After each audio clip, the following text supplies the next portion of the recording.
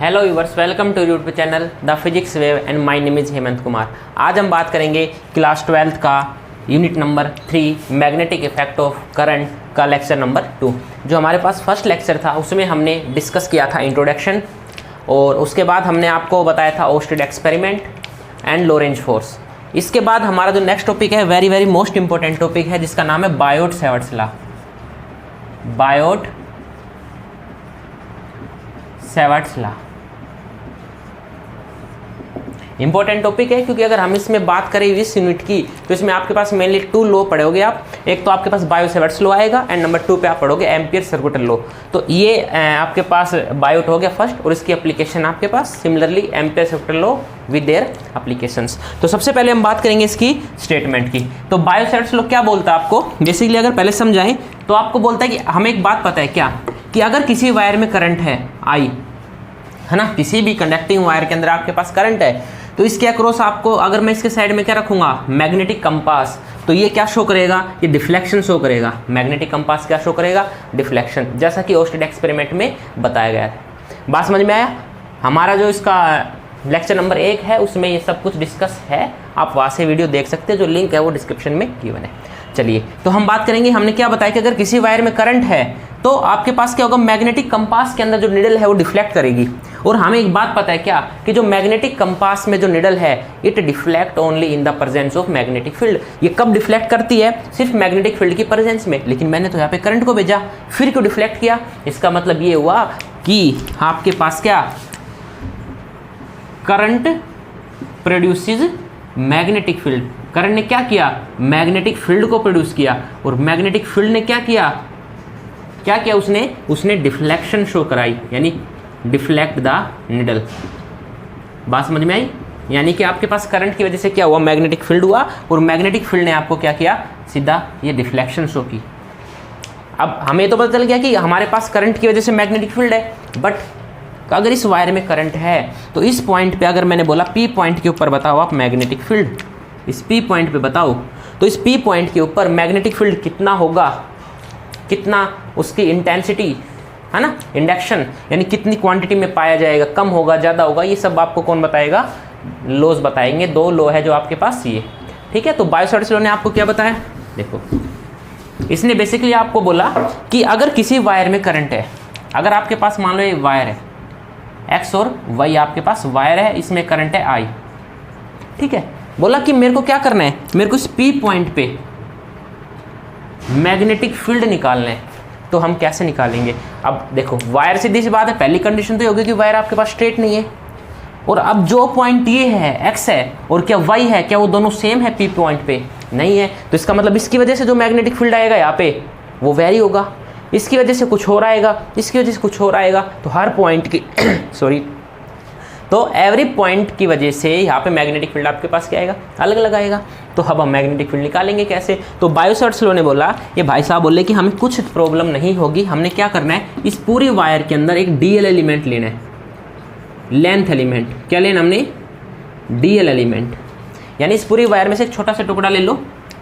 अच्छा, DL element है, छोटी सी लेंथ है, तो इसमें से करंट कितना फ्लो होगा, क्या डीआई करंट फ्लो होगा, कम करंट फ्लो होगा? नहीं भाई, करंट तो पूरी वायर में से आई जा रहा है, आई 5 एम्पियर है सपोज करो, तो इसमें से भी कितना जाएगा, छोटी सी में से भी 5 एम्पियर। अरे भाई, आपके पास मान लो आपके पास कंडक्टर वायर है, इसमें से करंट 5 एम्पियर है, तो इतने से एरिया में से भी कितना जाएगा, 5 एम्पियर तो जाएगा। तो आपके पास करंट आई। तो क्या बोला कि हमने कुछ नहीं करना, हमने डीएल एलिमेंट लेना है, ठीक है। और यहाँ से पोजिशन वेक्टर आर डिस्टेंस पे, और यहाँ से किसी एंगल थीटा आपने यहाँ पे बनाया, और मैंने क्या बोला कि इससे हम क्या निकाल सकते हैं, मैग्नेटिक फील्ड निकाल देंगे। भाई इसने कुछ नहीं बोला, इसने बोला कि एक वायर के अंदर करंट एलिमेंट लेना है, स्मॉल लेंथ एलिमेंट है, करंट एलिमेंट है, इसकी वजह से मैं मैग्नेटिक फील्ड निकाल सकता हूँ किसी भी पॉइंट पे। तो चलिए डेफिनेशन की बात करें, तो this law deals with the magnetic field induction. Magnetic field induction का मतलब है value of magnetic field at any point. Magnetic field induction, this law deal with the magnetic field induction at any point due to the current element, small current element, length element, small length element of wire। क्या बात समझ में आया? यानी अगर diagram को, वैसे diagram आपके पास ठीक है, यही आपको डायग्राम इसमें बनाना है, ठीक है। अगर आपके पास एक्स वाई वायर है, डीएल एलिमेंट मैंने इसमें लिया और डीएल एलिमेंट की वजह से मैंने क्या निकाल दिया, इसमें मैग्नेटिक फील्ड निकाल दिया। बात समझ में आया? अब मैग्नेटिक फील्ड होगा कितना, इसने प्रूफ भी किया आपके पास। इसने क्या बोला, इसने बोला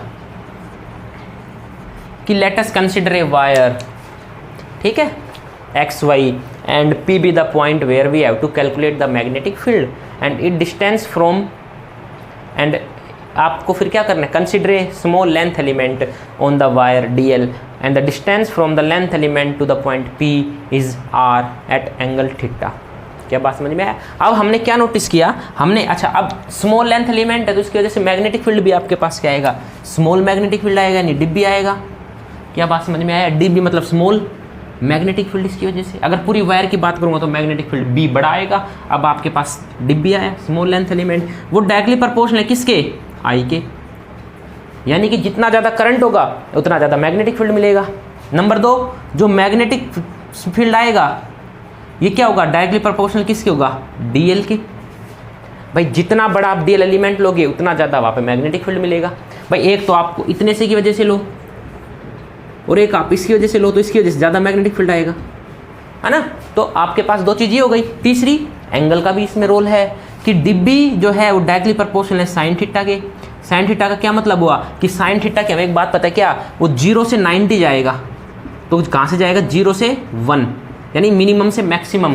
अब आपके पास अगर ये डीएल, आपके पास अगर डीएल को मैं सामने ले लूँ तो थीटा कितना हो जाएगा, 90, और ये सबसे पास होगा, है ना। अब हमें एक बात पता है, जितना पास होता है उतना मैग्नेटिक फील्ड स्ट्रॉन्ग मिलेगा, जितना दूर होगा magnetic field weak. And similarly जो डिब्बी है वो डायरेक्टली इन्वर्सली प्रोपोर्शनल है आर स्क्वायर के। वही बात जो मैंने आपको बताई, जितना ज़्यादा दूर पॉइंट होगा उतना मैग्नेटिक फील्ड क्या होगा, वीक होगा। इन इक्वेशन को जब मैंने जोड़ा तो हमारे पास क्या आया, dB directly proportional to I D L sine theta upon में आर स्क्वायर। क्या बात समझ में आई?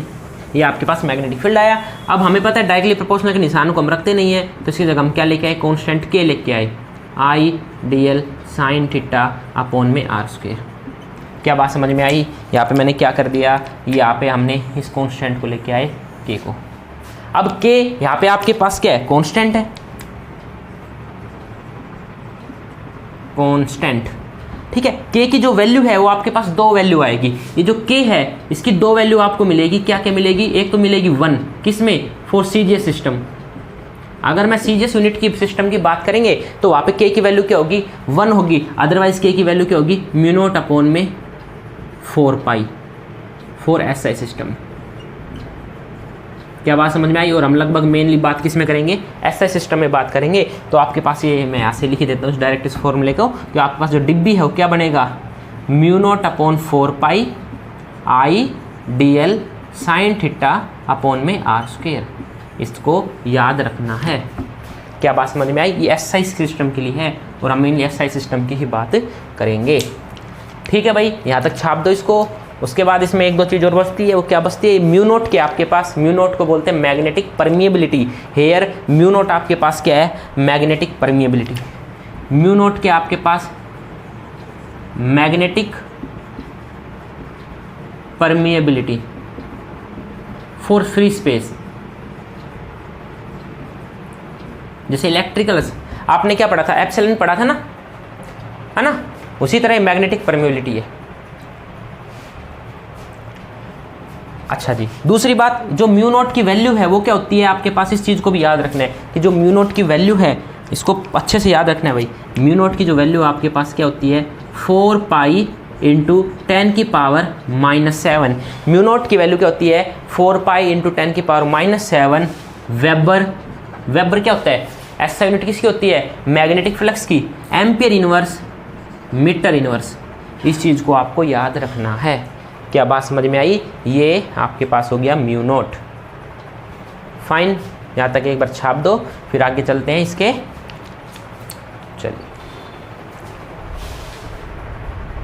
चलिए बात करते हैं आगे। अब हमने क्या देखा, आपके पास जो मैग्नेटिक फील्ड डिब्बी आया है उसको याद रखना है। जो डिब्बी आपके पास है वो क्या है, म्यू नोट अपॉन में 4 pi I D L sine theta upon में आर स्क्वायर। फाइन, ये तो आपके पास क्या आ गया, मैग्नेटिक फील्ड आया। अब हम क्या निकालेंगे, इसको वेक्टर फॉर्म में निकालेंगे। हमें पता है जो मैग्नेटिक फील्ड होती है वो आपके पास कैसी क्वांटिटी होती है, वो आपके पास वेक्टर क्वांटिटी है। तो इसको वेक्टर फॉर्म में देखो, इन वेक्टर फॉर्म,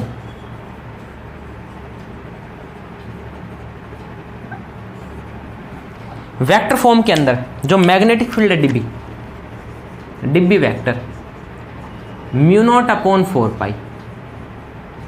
भाई अब देखो करंट इनके बीच में ए बी साइन थीटा है ना, ये याद है आपके पास। ए क्रॉस बी क्या होता है, वेक्टर की फॉर्म में हमने पढ़ा है ए क्रॉस बी, तो आप बोलोगे ए बी साइन थीटा है ना। तो हमारे पास ए बी साइन थीटा मिल गया। अब दिक्कत है डीएल तो आपके पास वेक्टर क्वांटिटी है, लेंथ एलिमेंट, लेकिन करंट आपके पास वेक्टर क्वांटिटी नहीं है। Current is not a vector quantity, it is a scalar quantity. अब क्या करें, करंट आपके पास स्केलर क्वांटिटी आया। अब हम क्या करेंगे, हमने इससे रिक्वेस्ट करेंगे भाई प्लीज आप आ जाओ, क्योंकि आर आपके पास क्या है, पोजीशन वेक्टर है ना। हमने बोला भाई प्लीज आओ, मदद करो, पथ प्रदर्शित करो, है ना। तो इसने क्या किया, बोला ठीक है मैं आ रहा हूं। ठीक है, ये आर ऊपर आ गया, आर ऊपर आके क्या बन गए, डीएल आर साइन थीटा। अब आर ऊपर आए तो क्या किया, नीचे आर क्यूब हो गया। भाई आर से मल्टीप्लाई किया, आर से डिवाइड किया। क्या बात समझ में आई।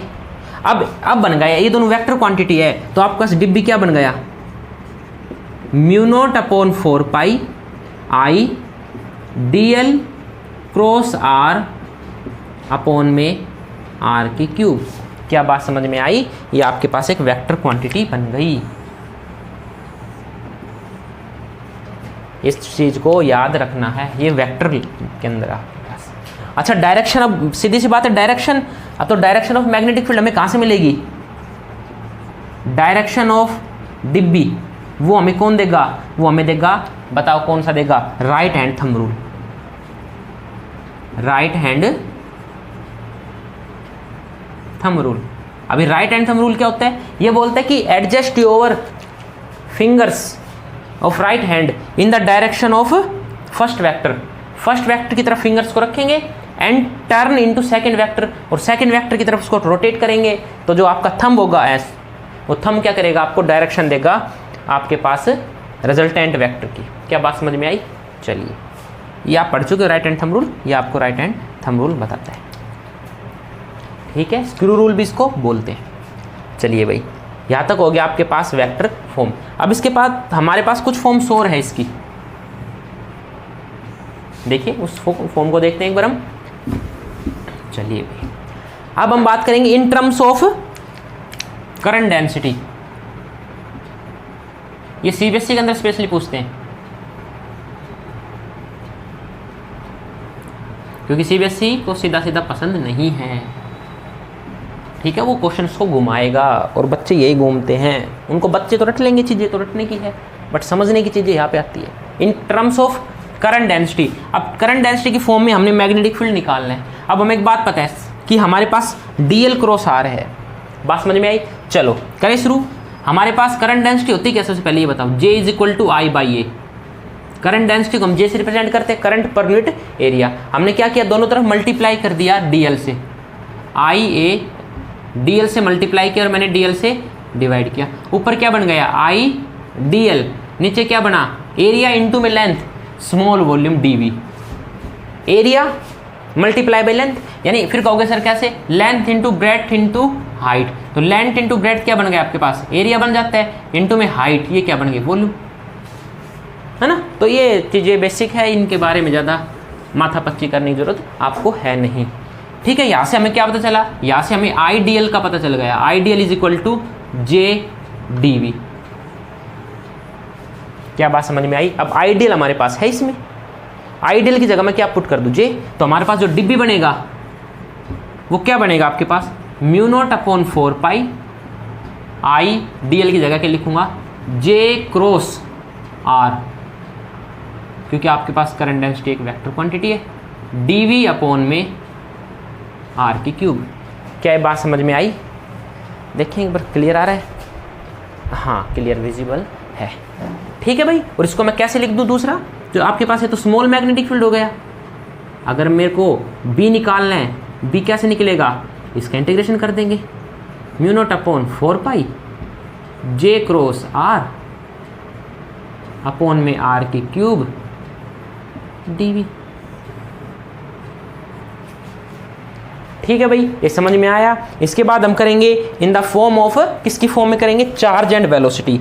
सीधी सी बात है, आपके पास करंट है, करंट है तो हमने करंट डेंसिटी की भी बात की। अब नाराज हो जाएगा, चार्ज बोला कि करंट मेरे बिना अधूरा है, कि जब तक चार्ज फ्लो नहीं होगा तो करंट आया कैसे। तो बोला ठीक है भाई, आप नाराज मत हो। अब हम किस में करेंगे, इन द टर्म्स ऑफ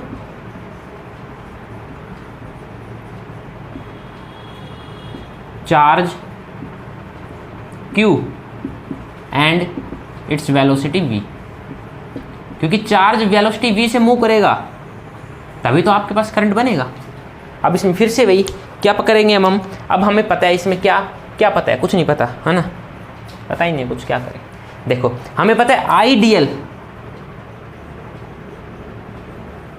आपके पास है, और आइडियल को मैं क्या लिख दूं, आई को क्या लिख दें, डी क्यू अपॉन में डी टी। क्या बात समझ में आई। और अगर मैं डी क्यू भी ना लिखूं तो मैं क्या लिख दूं, क्यू अपॉन में डी टी। चार्ज आपके पास फ्लो कर रहा है स्मॉल टाइम में, और डी एल ऊपर है आपके पास, क्यू को मैंने बाहर लिया, ये D L upon D T क्या बन गया, D L upon D T. L के आपके पास, एल लेंथ डिस्टेंस है, लेंथ वेक्टर है, अपॉन में डी टी, ये वेलोसिटी बन गई। और आइडियल को आपने क्या लिख दिया, क्यू वी। क्या बात समझ में आया, ये क्या बन गया आपके पास, क्यू वी बन गया। अब इसको क्या हाँ पुट करें, इस इक्वेशन में पुट करेंगे तो आपके पास डिब्बी क्या बनेगा, डिब्बी पुट कर दो इस इक्वेशन में। आपके पास आइडियल की जगह क्या लिखा मैंने, क्यू वी क्रॉस में आर अपॉन में आर की क्यूब। अच्छा म्यू नॉट अपॉन 4 पाई तो रह ही गया, इसको कैसे बोल सकते हैं, म्यू नॉट अपॉन 4 पाई। तो ये आपके पास क्या आ गया, डिब्बी आ गया। क्या बात समझ में आई, इस चीज़ को याद रखना है, म्यू नॉट अपॉन 4 पाई। और आपको एक बात बताई मैंने, क्या हमने बताया कि म्यू नॉट की वैल्यू क्या होती है आपके पास, 4 पाई इंटू 10 की पावर -7 है ना। तो आपके पास म्यू नॉट अपॉन 4 पाई क्या बनेगा, 10 की पावर -7।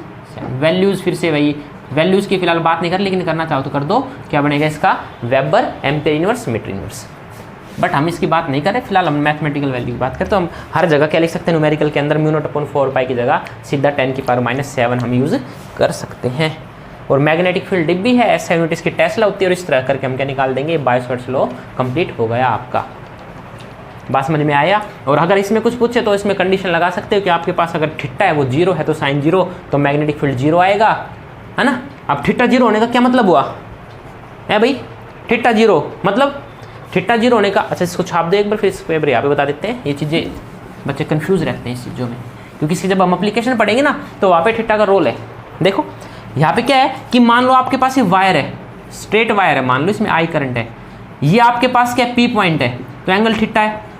अगर ये पी पॉइंट कहाँ पे आ गया, ये पी पॉइंट इसके एक्सियल पे आ गया, ये पी पॉइंट यहाँ पे आया, तो ये जो थीटा है आपके पास, ये थीटा, ये कितना बन गया, 0। तो यानी अगर वायर के ऊपर ही अगर मैं मैग्नेटिक फील्ड निकालूंगा तो वो 0 आएगा। करंट कैरिंग वायर के ऊपर ही अगर मैंने मैग्नेटिक फील्ड निकाला या उसके एक्सिस के अलोंग निकालेंगे तो हमारा मैग्नेटिक फील्ड आपके पास क्या आएगा, 0 आएगा। इस बात को याद रखनी है। और मैक्सिमम कब आएगा, जब वो आपके पास वो पी पॉइंट कहाँ हो, डीएल एलिमेंट के बिल्कुल सामने, यानी थीटा आपके पास कितना हो जाए, 90, तो बिल्कुल पास आएगा, क्योंकि स्मॉलेस्ट डिस्टेंस बनेगी ये आपके पास।